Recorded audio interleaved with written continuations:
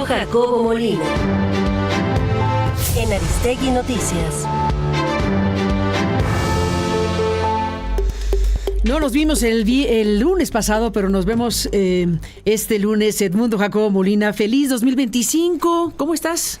Muy bien, Carmen, feliz 2025. ¿Cómo te fue de Navidad? ¿Cómo te fue de Reyes? ¿De Año Nuevo? ¿Cómo te fue? Bien, una chamarrita para estos fríos, qué bárbaro, sí, ¿no? Qué cosa, ¿no? Y que me vino muy bien. Creo que no me porté tan bien, pero merecí una chamarrita. Con eso estás hecho. Ya con una chamarra, todo lo demás, ya hace los mandados. Exactamente. Qué gusto encontrarme de vuelta contigo en este inicio de un complejo 2025. En un inicio de un complejo 2025, y vaya que sí, va a ser complejo a nivel mundial. Con la llegada de Donald Trump, por supuesto, a la presidencia de los Estados Unidos, se abre un panorama muy, muy complejo en relación al mundo, pero en relación a México en particular y América del Norte y todo lo que sabemos que viene en camino. Y en lo que corresponde a México, por México mismo, pues también tenemos un panorama bastante complejo en relación a lo que va a seguir siendo la instrumentación de reformas constitucionales, las que ya se aprobaron y las que faltan por aprobarse, y un conjunto de cosas relevantes. ¿Cómo viste el Zócalo ayer domingo con los 100 días de gobierno de Claudia Sheinbaum? Hemos aquí destacado esta mañana entre lo que dijo Sheinbaum en general, que incluye las reformas constitucionales, por supuesto, este capítulo que tiene que ver con Ernesto Zedillo, que hubo ahí un cruce, ¿no?, entre que Zedillo dijo que pues quien realmente está en Palacio Nacional es un caudillo oculto ahí en alguna oficina, en algún cajón del Palacio Nacional, en pocas palabras. Bueno, no dijo cajón, pero bueno, ya le agregué yo de mi cosecha. Estamos hablando de una circunstancia, ¿no? Una circunstancia donde se requiere detenerse y poner aquí el punto de análisis en 100 días de gobierno, de este gobierno, de la primera presidenta de México, mujer. ¿Qué me dices en conjunto, Edmundo Jacobo? Bueno, primero que nada, esta idea de los 100 días, que es una idea del marketing político norteamericano, por cierto. Ándale que sí. Sí. Los primeros 100 días, sí. De ahí tiene viene su gancho, ¿no? Sí, claro, de ahí viene. Pero es muy gringo, ¿no? Es muy gringo esta idea de que ofrecí en campaña, y miren ustedes, estoy marcando en mis primeros 100 días por dónde voy. Y además ellos tienen periodos de 4 años, no de 6 para la presidencia de la República. Pero ese modelo de marketing político, de comunicación política, pues, se ha replicado en Estados Unidos a diferentes niveles y en el mundo.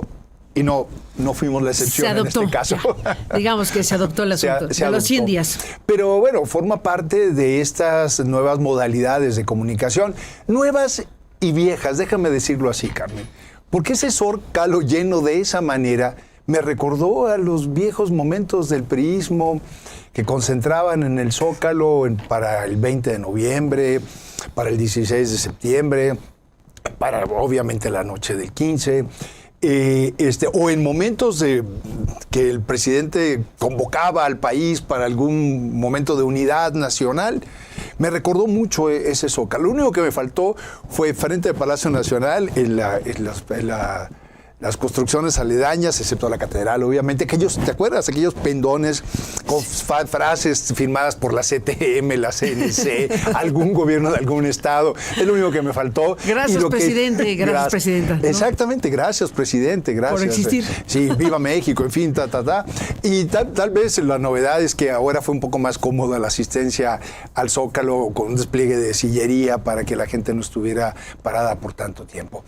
Pero el formato me recuerda mucho a este marketing político y me recuerda mucho a esta loa a la figura presidencial, que lo cultivó mucho el expresidente López Obrador. ¿En qué lo notaste eso? No sé, mi imaginación da para muchas cosas, pero ahí está este culto a la personalidad, ese centro en la personalidad, y en que los logros de gobierno se deben a esa personalidad. Es decir, estamos volviendo a una cultura muy centrada en la figura presidencial y en la figura, en este caso, de la presidenta de la República. Y mira, 100 días pueden marcar muchas cosas hacia futuro. Y ella hace énfasis en algunas cuestiones que quisiera detener, que creo que vale mucho la pena reflexionar al respecto. Primero que nada dice, no se equivoquen. Yo vengo a preservar el legado del expresidente López Obrador. Se van a quedar con las ganas. se Es la van a expresión quedar con las ganas. La de que sea oposición, distinto. no vayan por ahí. Y no tenía que decirlo. Los primeros 100 días, o los primeros 3 meses y medio para cerrar el año pasado de su gobierno, fue justamente la aprobación del Plan C en sus términos, cosa que López Obrador durante sus 6 años lo anunció, hizo algunas reformas, pero el paquete completo de fondo de las reformas lo hace ella. Y ahora viene a ratificar lo que en los hechos había hecho antes. La única pieza que hace falta, bueno, faltan algunas, y sobre todo lo que son las reformas secundarias derivadas de las reformas constitucionales que se hicieron el año pasado, lo que hace falta es la reforma política electoral. Pero ya hace unos días anunció que viene la reforma política electoral.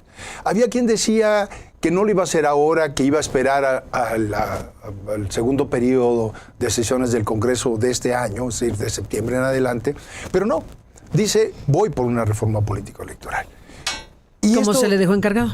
Como se le dejó encargado. Claro, lo que anunció en primera instancia no es equivalente a la reforma que anunció López Obrador. Y vamos con los matices, que aquí es interesante. Lo que ella dice se centra en tres puntos. Primero que nada, vamos a abaratar las elecciones. Está bien, o sea, siempre va a haber oportunidad de optimizar el uso de los recursos públicos, no solamente para hacer elecciones, sino para cualquier tarea de gobierno. Hay que siempre estar encima y procurando el mejor uso de los recursos públicos en el monto y en la transparencia en el ejercicio de los mismos. Pero cuidado, el límite, hay que tener mucho cuidado en esto, el límite es que siga arrojando las elecciones certeza, legalidad y legitimidad. Si el llamado ahorro para organizar elecciones implica atentar contra la certeza, la legalidad y la legitimidad, vamos a volver justamente a momentos en donde las elecciones eran un trámite, en donde ya se sabía quién iba a resultar ganador finalmente. Y lamentablemente lo estamos viendo con el proceso que está en curso para elegir los juzgadores federales, en donde los estándares de calidad están bajando de una manera muy importante. Si esta elección del 1 de junio del 2025 va a marcar lo que es la tónica de las elecciones de aquí en adelante para los otros poderes de la Unión, la verdad, estamos en graves problemas y también quienes están pensando en eso también se están dando un balazo en el pie, por decirlo de alguna manera, porque tarde que temprano, al desgastar la calidad de la organización de las elecciones, al irle quitando certeza ciudadana a ese proceso, tanto en la votación como en el cuidado del propio proceso, lo que trae consigo es, en el mediano plazo, pérdida de la legitimidad de a quién se elige, porque la ciudadanía empieza a preguntarse si esa elección realmente está recogiendo la voluntad ciudadana. Yo creo que ahí tenemos un límite muy importante y yo siempre lo dije y lo sigo diciendo, ¿cuánto cuesta la paz social derivada de un ejercicio democrático libre? Creo que es la mejor inversión que un país puede hacer. Luego, por otro lado, habla de vamos a ahorrar en lo que es el financiamiento a los partidos políticos. Ahí tenemos una gran área de oportunidad. Yo creo que se exageró en el financiamiento público a los partidos políticos, lo cual en sí mismo es una buena cuestión porque aleja a los partidos de intereses particulares e intenta hacerlo más transparente, pero creo que los montos que reciben los partidos, tanto por el lado federal como por el lado local, hay que revisarlos. Pero al alza, a la baja. A la baja, sí, sin a la duda, baja, sin a la duda, a la baja. Qué baja. bueno que me lo preguntas, Sí, porque no es un que estás... voy a caer la pretensión. No, la queremos idea que de sea a la baja súbale. y que sea optimizar ese recurso, sí. Pero otra vez otro límite. Así como en el otro caso el límite es la certeza y es la legalidad, en este caso la certeza es que no rompa la equidad de la contienda. Si vas a disminuirlo al límite tal que un instituto político no tenga recursos para darse a conocer ante la ciudadanía, pues vamos a volver otra vez a la inequidad que vivimos durante décadas en este país. Creo que ahí está el otro límite. La segunda parte de la propuesta que anuncia la señora Sheinbaum en la reforma política electoral tiene que ver con el nepotismo y la no reelección. El experimento de la reelección en cargos públicos, acuérdate, bueno, yo me acuerdo, estoy un poco más grande que tú, se firmaban todos los oficios públicos con aquella leyenda no reelección. Sufragio efectivo, no reelección. No reelección. Era una cosa que estaba tatuada. Tatuada. En todos los ámbitos del discurso político priista. Bueno, había su razón histórica. Había no solamente su razón histórica, sino era la posibilidad de la renovación, y todos van a llegar, todos los militantes del priismo en algún momento van a llegar a algún cargo de elección, ¿no? Tenía esta cuestión de evitar la reelección de donde venía el priismo, pero también esta apertura a puertas de ascenso en la escala y en la militancia política. Se abre con la reforma. Y de garantizar que la candidatura se le debe a alguien. Exactamente. La candidatura, la reelección. O sea, la reelección, la candidatura. No había reelección, o sea, esto que estás diciendo, pero al final de cuentas se rompía la posibilidad de que la sociedad dijera, nos gustó, hay que reelegirlo. O no nos gustó, hay que ir nunca más. Sí, y bueno, Cárdenas con Calles le dio un tratamiento muy específico. Es decir, a ver, llega un nuevo líder y las lealtades y la verticalidad en el ejercicio del gobierno recae en él. El anterior ya tuvo su oportunidad y chao, ahí se ve. O López Portillo con Echeverría, para ser más gráficos y más cercanos. Pero la idea de la reelección, que se revitaliza o renace, se retoma con la transición democrática, es la idea de darle un valor muy fuerte al voto ciudadano, para que a partir del voto ciudadano se califique al gobierno que se pretende reelegir. Si es un mal gobierno, será castigado con un voto negativo. Si es un buen gobierno, podrá haber continuidad. Lo cual es una hipótesis que creo que el poco tiempo de la experiencia no dio los resultados que hubiéramos esperado. No hubo mucha porque supone una ciudadanía, punto. Segundo, una ciudadanía atenta al ejercicio del gobierno y que esté vigilando el cumplimiento del mismo. Son supuestos muy duros, que no se construyen en 5 años, en 10 años, sino en toda una cultura democrática. Y que también se derriban muy rápido. Ahí están los ejemplos de Estados Unidos al respecto. Pero bueno.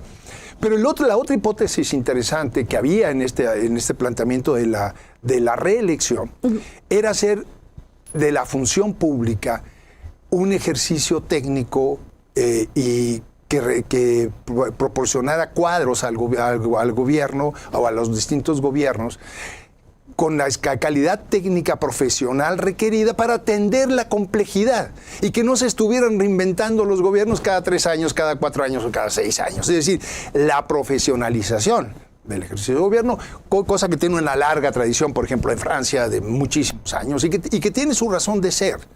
Hay tareas que son de Estado y que requieren la continuidad y que no pueden estar sujetos a las elecciones determinadas de los gobiernos. Por ejemplo, tareas de seguridad, tareas de salud, tareas de educación. Pues son proyectos que rebasan con mucho el periodo de un gobierno. Y la idea de la reelección traía en el fondo también esta cuestión. No sé qué se va a plantear alrededor de esto. Ya hay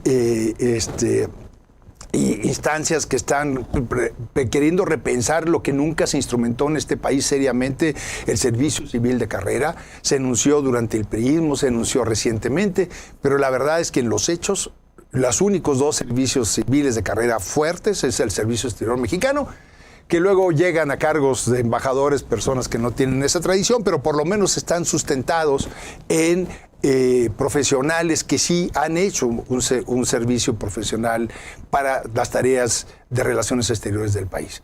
Y el Instituto Nacional Electoral, que también tiene un servicio civil muy, muy fuerte.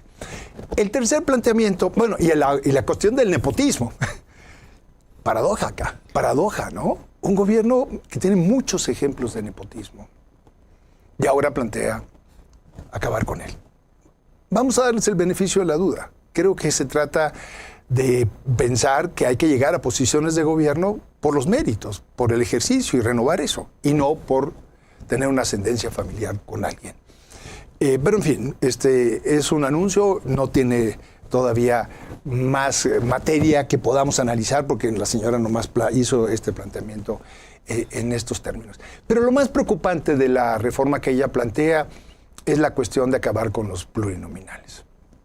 Eso sí, creo que hay que verlo con lupa y con muchísima atención, no dejarlo pasar. Mucho se luchó en este país por abrir los espacios de representación a la diversidad y a la pluralidad de nuestra sociedad. Ella no anuncia como López Obrador que vamos a acabar con los plurinominales y nos quedamos solamente con mayoría relativa. Deja abierta una puerta para diputados, dice de mayoría y primeras minorías. Es un poco como se conforma el Senado. ¿Pero qué quiere decir esto? No estoy seguro.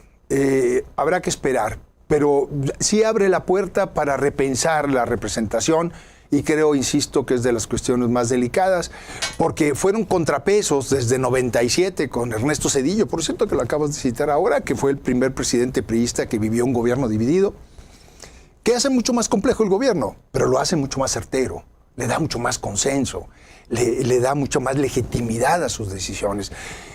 Claro, lo vuelve complejo, pero para eso es la vida política, la vida pública, no para que esas cosas sean fáciles, sino para resolver problemas complejos. Si no eres capaz de plantearlo en esos términos, entonces ¿para qué estás ahí y para qué aspiraste? De eso se trata. Entonces es un paquete de reformas que no llega a la profundidad que había planteado López Obrador. No menciona, por ejemplo, el caso del INE que se convierte ahora Instituto Nacional Electoral y de Consulta Popular, que es lo que López Obrador planteaba. No lo dudo que venga por ahí la desaparición de los institutos electorales en los estados, la reducción del Consejo General de 11 miembros a 9 miembros, elección de consejeros. Para no hablar del Tribunal Electoral, que el Tribunal Electoral ya está sentenciado, porque los magistrados, aunque en el 27 van a ser electos, como los jueces, como los ministros. Y ya hemos hablado tú y yo en muchas ocasiones de las consecuencias que tiene una elección para la impartición de justicia, para la carga que va a traer detrás un juez, un magistrado, un ministro de los electores. Y es parte de la sociedad cuando la Constitución y las leyes deben impartirse por igual para todos. Eso ya está. Para no hablar tampoco de cómo ya el propio tribunal se condenó con decisiones inconstitucionales como la sobrerepresentación. Y ya perdimos ese espacio. Es decir, ¿Así fue el asunto? El tribunal fue quien... Bueno, todos los actores son importantes, pero en este caso en específico de la sobrerepresentación, estos integrantes del Tribunal Electoral son personas que quedan para la historia por muchas razones y este capítulo en particular los marca. Indudablemente que sí, por lo menos a mayoría, a 4 de ellos. Yo sacaría de esa ecuación a la magistrada Janine Otálora. La sacaría de esa ecuación, fue muy clara. En una postura muy extraña de Reyes. De Reyes Rodríguez, que sí, pero no, pero terminó diciendo sí, pero no, pero siempre sí, y al final ahí queda para la historia el quién fue. Ahí fue la culminación de esto. Y estamos viendo las consecuencias. No, totales Por eso consecuencias. estos 100 días son tan exitosos en esos términos. Esas 4 personas de 5, de un tribunal que debía ser de 7, esas 4 personas de 5 son personas responsables ante la historia de un hecho muy grave que derivó en esta sobrerepresentación. Totalmente de acuerdo, y las consecuencias las estamos viendo. Estos 100 días que permitieron a la actual presidenta de la República hacer estas reformas de gran calado, que no pudo hacer en su momento López Obrador, ahí están las consecuencias. No hay que inventar nada, no hay que hacer una novela de ciencia ficción, no hay que especular, ahí están los datos, ahí están las consecuencias. Y se les dijo, y hubo un debate, a lo mejor no del alcance y la profundidad que se hubiera deseado, pero hubo un debate donde se advirtió lo que eso significaba. El debate hubo donde lo quisimos dar. Donde lo quisimos dar y quien lo quiso dar. Y quien lo quiso dar. Y ahí están las advertencias, ya están los resultados, ya están las consecuencias y es lo que vamos a ver. Esto es lo que son estos primeros 100 días, en donde la presidenta Claudia Sheinbaum ratifica su lealtad al legado del expresidente López Obrador y vamos hacia adelante. Yo no sé si como el expresidente Zedillo diga el cuarto de al lado... No. Caudillo oculto le llamó. Sí, no sé. Yo creo que no es necesario. Ella está convencida de ese proyecto. Déjame hacer una pausa. Necesitamos un corte y regresamos. Aristegui en vivo. Edmundo Jacobo Molina. En Aristegui Noticias.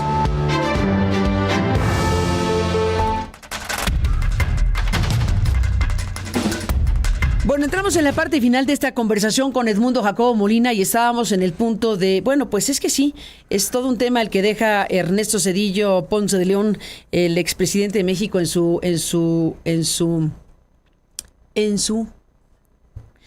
déjenme aquí un segundo, lo que deja Zedillo en su participación en el ITAM el viernes pasado.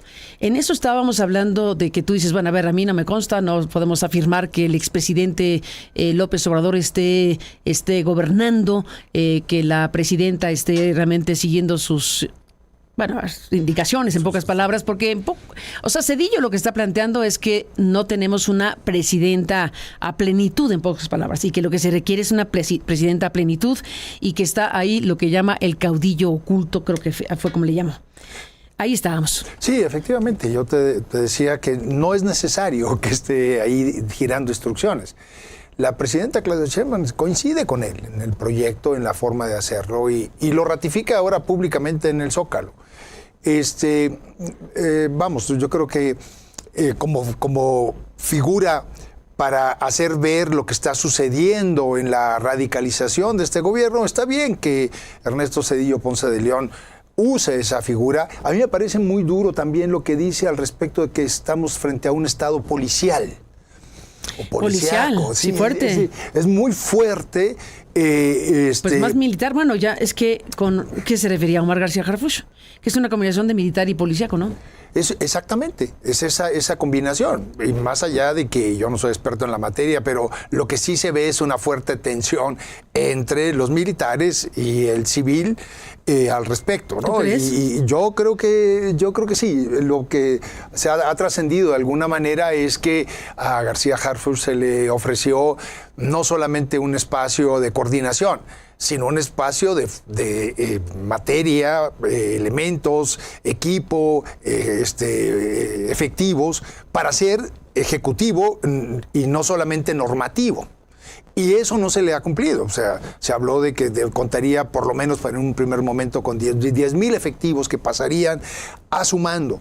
50 instalaciones a nivel nacional para poder operar en carteles, mayor control sobre información, etc. Y lo que ha trascendido es que todo eso no termina de estar bajo su control y su dominio, porque si va a quedar en el espectro estrictamente normativo, pues obviamente lo que va a predominar es la tendencia del pasado, de la militarización y resolver los problemas de seguridad en esos términos. Pero volviendo a la cuestión de los 100 días y el pronunciamiento de Ernesto Zedillo, me parece que es de los expresidentes el único que tiene la posibilidad de decir algo en esos términos y por lo menos provocar un debate y poner sobre la mesa cuestiones que son preocupantes. ¿Tienes este fragmento de Zedillo en el ITAM por aquí, en producción, Livier Huevas?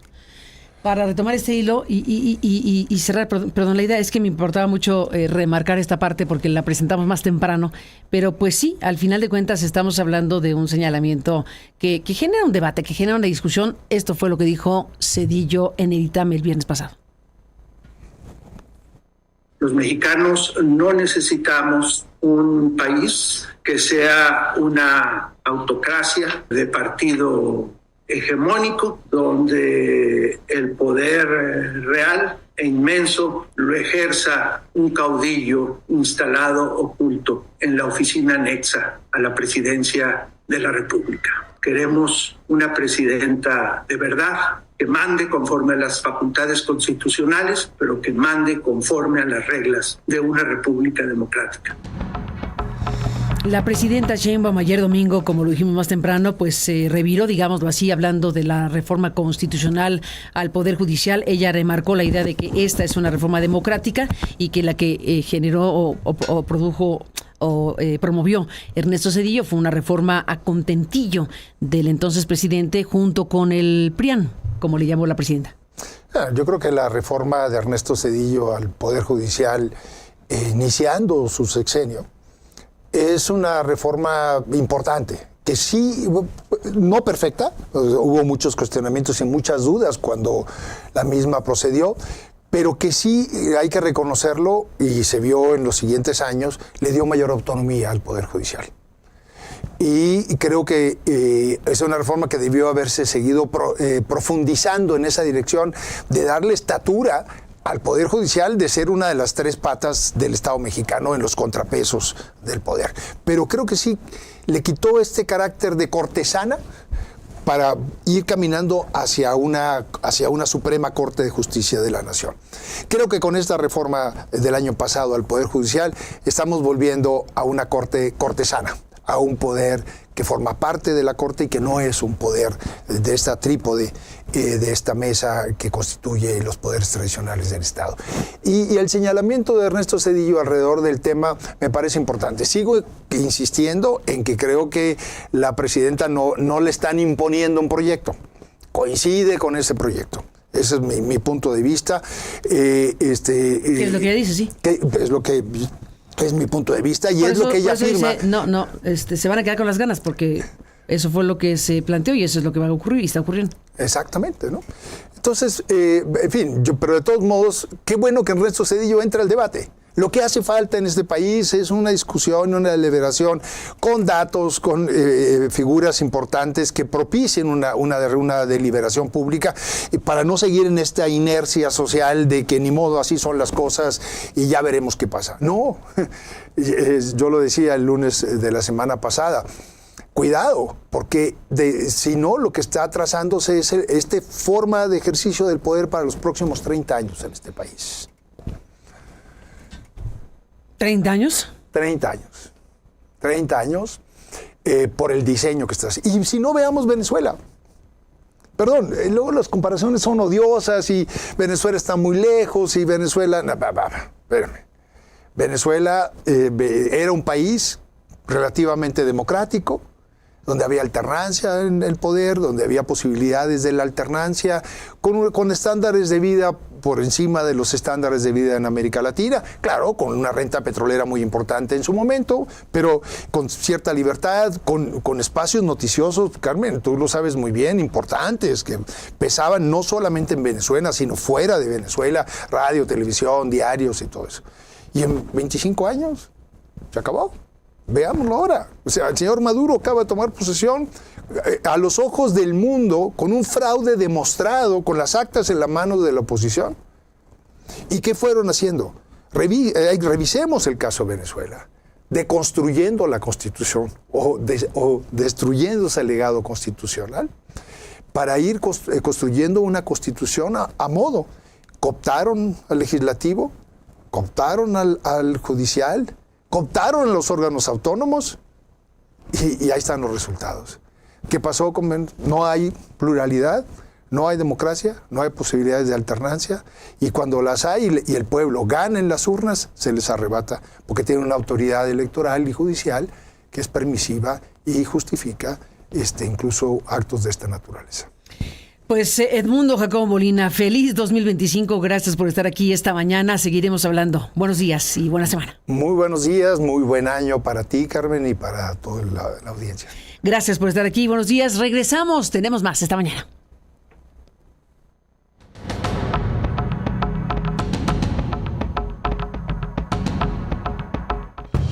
Edmundo Jacobo Molina. En Aristegui Noticias.